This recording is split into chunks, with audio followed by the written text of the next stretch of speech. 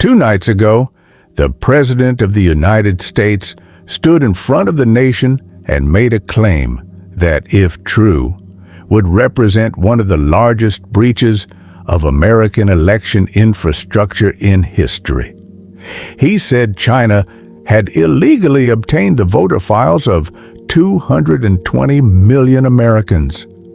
He said the intelligence community had known about it for years and had deliberately hidden that knowledge from him and from the public. Within hours, the White House released a landing page of declassified documents to back it up. And within hours after that, fact-checkers, sitting senators, and election security experts who've served under both parties began pushing back just as hard, calling the same documents evidence of something very different than what the president described. Before I go deeper into this one, I want to ask something of you directly. This channel only exists because people decide it's worth sticking around for. If you made it this far and you're finding value in what we do here, hitting subscribe genuinely matters. It tells me whether digging through stories like this carefully and honestly is worth continuing. If you got thoughts on this one, I'd genuinely like to read them in the comments too. And if you're already subscribed, thank you sincerely. All right, let's look at exactly what was said and exactly what the documents actually show.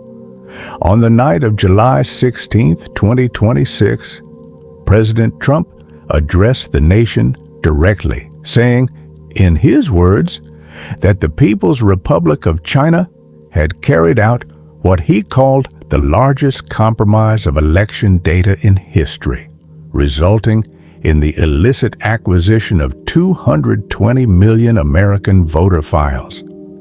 He went further, alleging that senior intelligence officials had actively worked to suppress and downplay the extent of this breach, keeping it hidden from both him and the American public during his first term.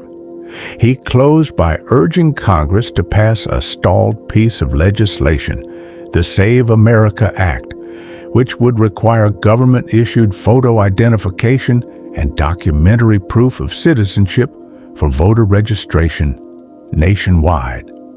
The White House quickly followed up with a public statement titled, "Setting the Record Straight," directly rejecting media pushback point by point and citing a Department of Homeland Security review that identified roughly 278,000 non-citizens registered to vote across just 4 cooperating states. Here's where independent fact-checkers and the documents themselves start telling a noticeably different story. One of the central documents cited is a declassified intelligence assessment, originally released back in 2021 and again in more detail in 2022 under the previous administration, not hidden by it. That assessment does confirm that Chinese-linked actors accessed and analyzed voter registration data.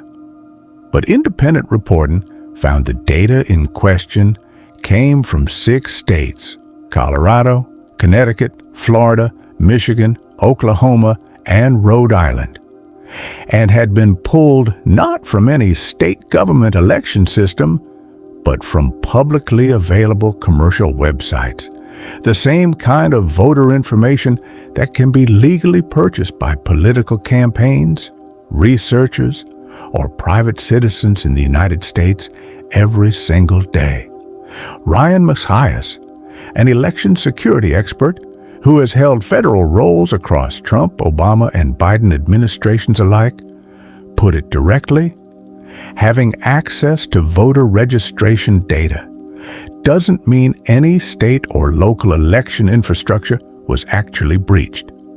Perhaps most significantly, the underlying intelligence community assessment, the same one Trump referenced, explicitly stated that it would be difficult for any foreign actor to manipulate election processes at scale without detection, and found no indication that any foreign actor altered any technical aspect of the 2020 voting process itself, including registration, ballot casting, vote counting, or the reporting of final results.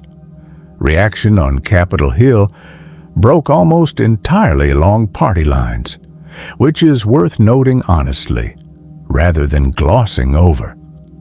Senator Mark Warner of Virginia, the top Democrat on the Senate Intelligence Committee, called the claims bogus, pointing to intelligence community findings that China had considered, but ultimately never deployed, an actual influence campaign targeting the 2020 election outcome.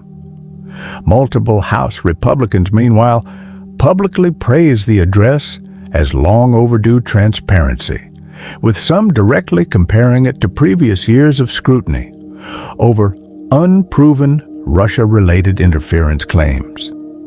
PBS News' own fact-check noted that Trump quoted several years old, already partially public intelligence documents without clearly distinguishing between what Chinese actors reportedly considered doing and what independent assessments concluded they actually did.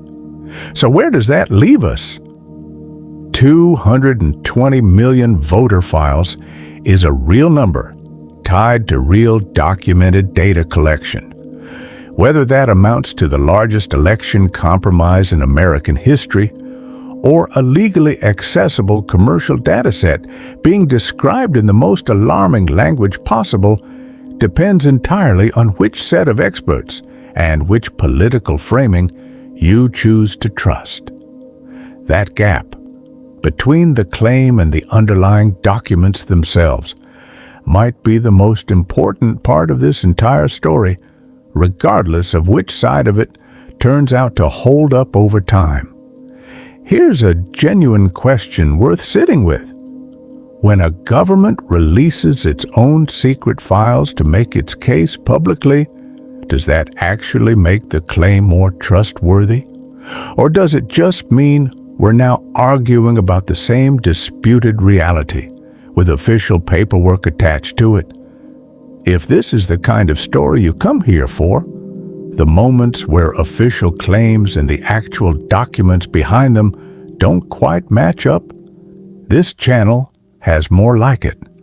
We've covered the secret NATO Army Europe denied for decades, the quiet military withdrawal reshaping America's role in Europe right now, and the Cold War pattern that's predicted conflict 16 times across 500 years. If any of that sounds like your kind of thing, it's all right here on the channel. And if you want to see this channel keep digging into stories like this one, honestly and carefully, subscribing is genuinely the biggest thing that helps. It's free, it takes a second, and it directly decides whether this keeps going. Thank you for watching all the way to the end. I'll see you in the next one.